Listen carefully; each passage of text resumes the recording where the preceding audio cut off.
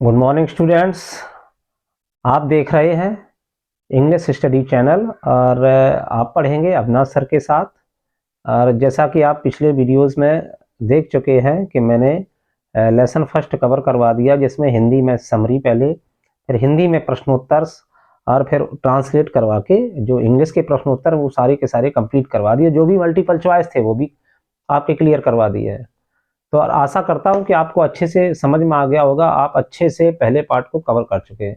अब आज इस भाग में भी आप ऐसा ही होगा कि ये जो लेसन आपका है मंडेला जी का लॉन्ग वॉक टू फ्रीडम, इसको भी मैं दो पार्ट में डिवाइड करूंगा। तो आइए इसका जो समरी है हिंदी में पहले जानकारी लेते हैं, फिर इसके प्रश्नोत्तर और नेक्स्ट पार्ट में आपका मैं सेकेंड पार्ट में इसके क्वेश्चंस आंसर कंप्लीट करवाऊंगा। तो चलते हैं अपने टॉपिक की ओर। देखते हैं, लिखा है आपकी स्क्रीन पर ही दिख रहा होगा कि Nelson Mandela long walk to freedom. Nelson Mandela का फुल नेम क्या है? नेल्सन रोली हला हला। फिर से एक बार रिवाइज करेंगे, दो तीन बार बोलेंगे, नेल्सन रोली हला हला मंडेला। तो इनकी आत्मकथा है।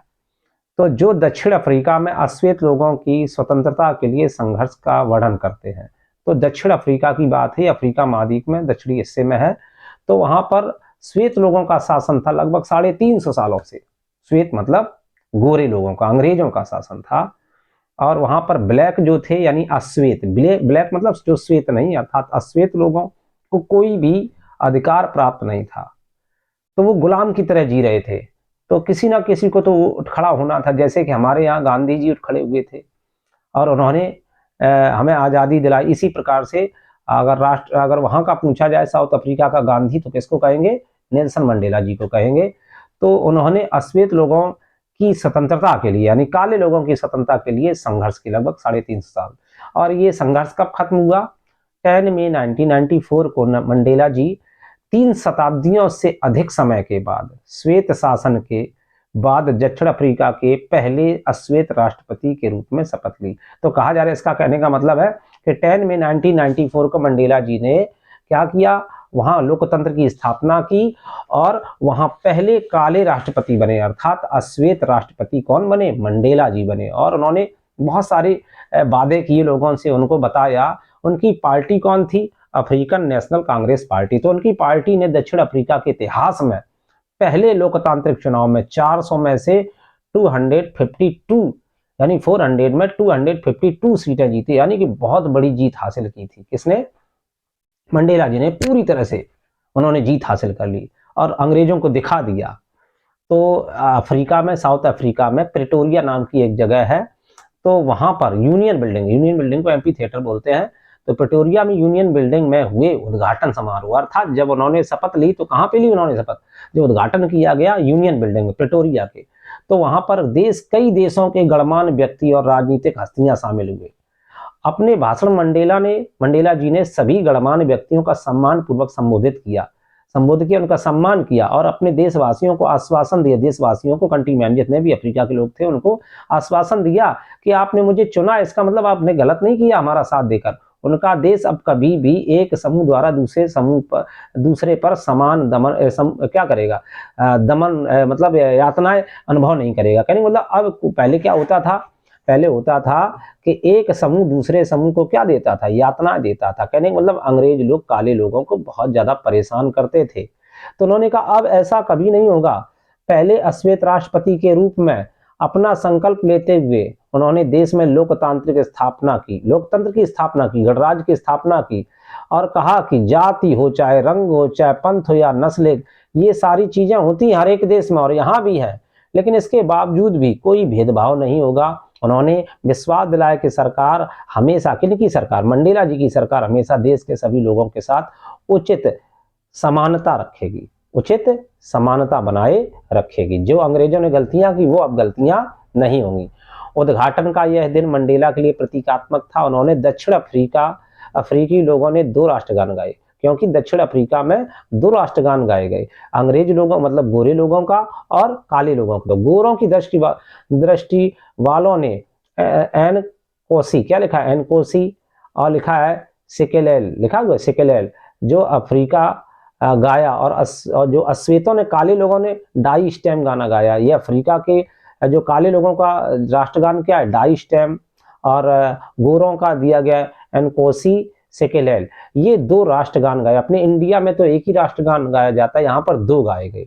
जो गणतंत्र का पुराना गान था, तो पुराना गान कौन था गणतंत्र का? एनकोसी सेकेलेल, वो पुराना था। इन सभी घटनाओं में ने मंडेला को याद दिलाया कि कैसे पहले गोरे लोगों द्वारा अंग्रेजों द्वारा काली चमड़ी अर्थात ब्लैक लोगों को का शोषण किया जाता था। यानी बहुत ज्यादा उन्होंने, जैसे इंडिया में अंग्रेजों ने इंडियंस पे बहुत ज्यादा शोषण किया, परेशान किया, यातनाएं दी, इसी प्रकार वहां पर भी अंग्रेजों ने ब्लैक अर्थात अफ्रीकन को बहुत ज्यादा तंग किया, परेशान किया। ठीक है। और जैसे यहाँ भी क्रांतिकारी हुए थे इंडिया में, ठीक सेम टू सेम वहां अगर समझ में ना आए तो ये सोच लो, जो इंडिया में जो कुछ हुआ क्रांति वो सब अफ्रीका में भी हुआ। उन्होंने अपनी जाति के दर्द को गहराई से महसूस किया और कहा कि इस तरह के दमन और गोरी चमड़ी वाले लोगों के अपनी ही भूमि पर काले रंग के लोगों के नस्लीय वर्चस्व ने दुनिया के अब तक के सबसे कठोर और सबसे अमानवीय समाजों में से एक को जन्मे। तो उन्होंने ये बताया कि कितना इन्होंने हमें तंग किया है, बहुत ज्यादा इन्होंने हमें परेशान किया, लेकिन हम इनके जैसा बिल्कुल नहीं करेंगे। उनका दृढ़ विश्वास था कि कोई भी व्यक्ति त्वचा के रंग, पृष्ठभूमि या धर्म के आधार पर दूसरे व्यक्ति से घृणा करने के लिए पैदा नहीं होता। कहने का मतलब उन्होंने बताया कि धर्म के नाम पे हमें एक दूसरे को तंग नहीं करना चाहिए, जाति के नाम पे, रंग के नाम पे, अमीर गरीब के नाम पे हमें तंग नहीं करना चाहिए। ये बिल्कुल गलत है। हालांकि लोगों को शुरू में नफरत करना सीखना चाहिए, लिखा है इन्होंने। हालांकि लोगों को शुरू में नफरत करना सीखना चाहिए, क्योंकि अगर वे नफरत करना सीख जाते हैं तो उन्हें प्यार करना भी सिखाया जा सकता है। कहने मतलब जब तक हमें बुरी चीजें नहीं आएंगी तब तक हमें अच्छी चीजों की समझ कैसे आएगी, मंडेला जी का कथन है। क्योंकि नफरत की तुलना में इंसानों में प्यार स्वाभाविक रूप से है। तो कहा जाता है कि जो नफरत करता है वो प्यार भी फिर उतना ही अच्छे से करता है। उन्होंने यह भी उल्लेख किया, कहा कि एक व्यक्ति बहादुर कैसे बनता है, इसलिए नहीं कि वह डरता नहीं है, डरते सब हैं दुनिया का, बहादुर व्यक्ति भी डरता है, लेकिन बहादुर कौन होता है? जो डर पर काबू पा लेता है, अर्थात जो डर पर जीत हासिल कर लेता है। तो इसके अलावा मंडेला जी ने कहा कि जीवन में प्रत्येक व्यक्ति को के दो प्रमुख दायित्व होते हैं, दो प्रमुख कर्तव्य होते हैं। आपके मोस्ट इंपॉर्टेंट क्वेश्चंस बन रहे हैं इसी में। पहला, अपने परिवार यानी माता पिता, पत्नी और बच्चों के प्रति कर्तव्य होना चाहिए और अपनी मातृभूमि के प्रति। और दूसरा क्या? अपनी मातृभूमि के प्रति, देशवासियों के प्रति और अपने समुदाय के प्रति। तो पहला कर्तव्य में बताया गया कि अपना पहला कर्तव्य हर निवासी को, हर सिटीजन्स को निभाना चाहिए। जो पहला कर्तव्य है, अपने परिवार यानी कि अपने माता पिता, पत्नी और बच्चों की देखभाल करनी चाहिए। और दूसरा कर्तव्य उसका क्या है? अपनी मातृभूमि, देश और देश के वासियों यानी लोगों को और अपने समुदाय के प्रति अपना कर्तव्य निभाना चाहिए। और प्रत्येक व्यक्ति अपने अपने हितों और रुचि के अनुसार उन दायित्वों को पूरा करने में सक्षम होता है।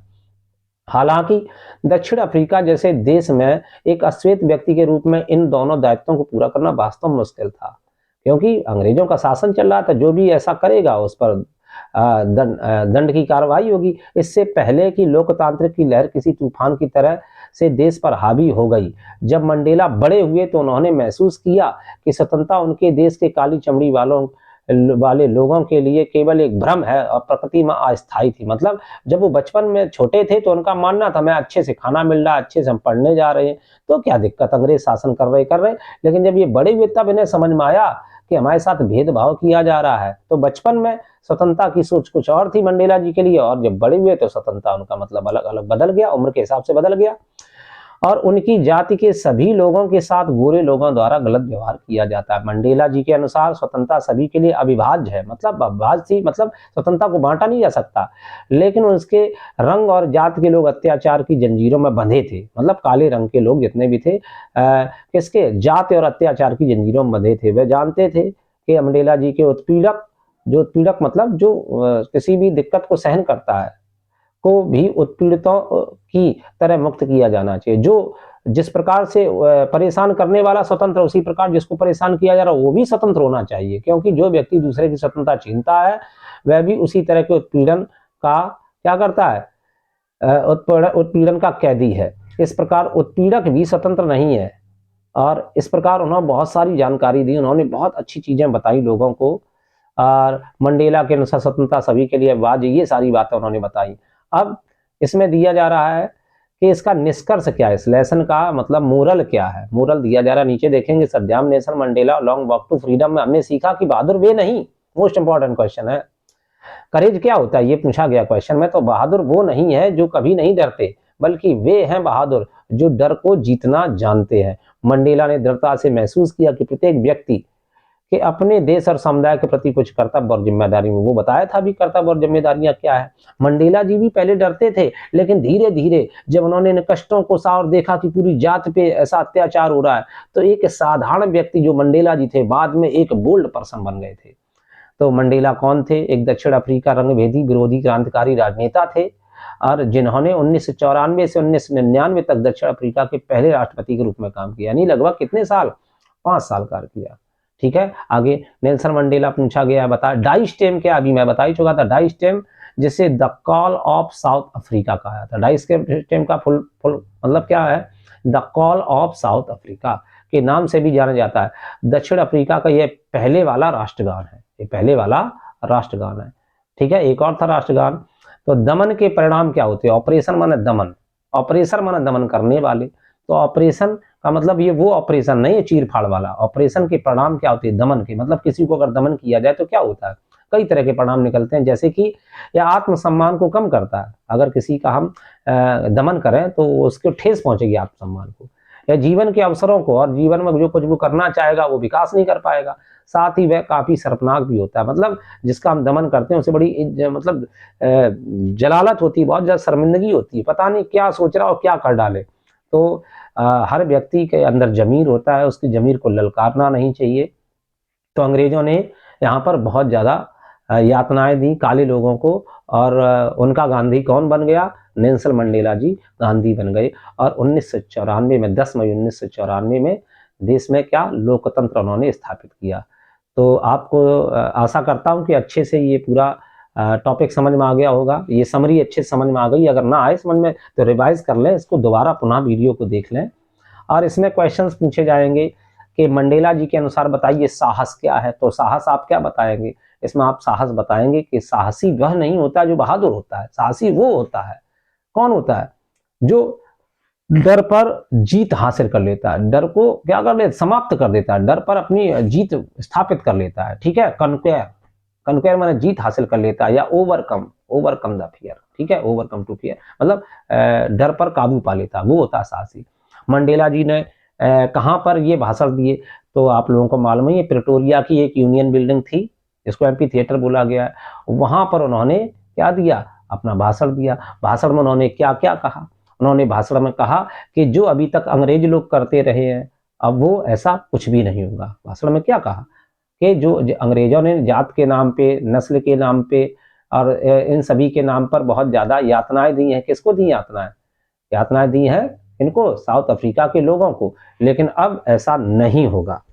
और ये भी बताया मंडेला जी ने इस लेसन में कि जो गवर्नर लोग, जो मतलब सैनिक लोग थे, सैनिक अधिकारी थे जो सेना के सर्वोच्च पद पे थे, उन्होंने इनको जेल में डाले रखा, इनके साथ बहुत अपमानजनक व्यवहार किया, इनको दंडित किया।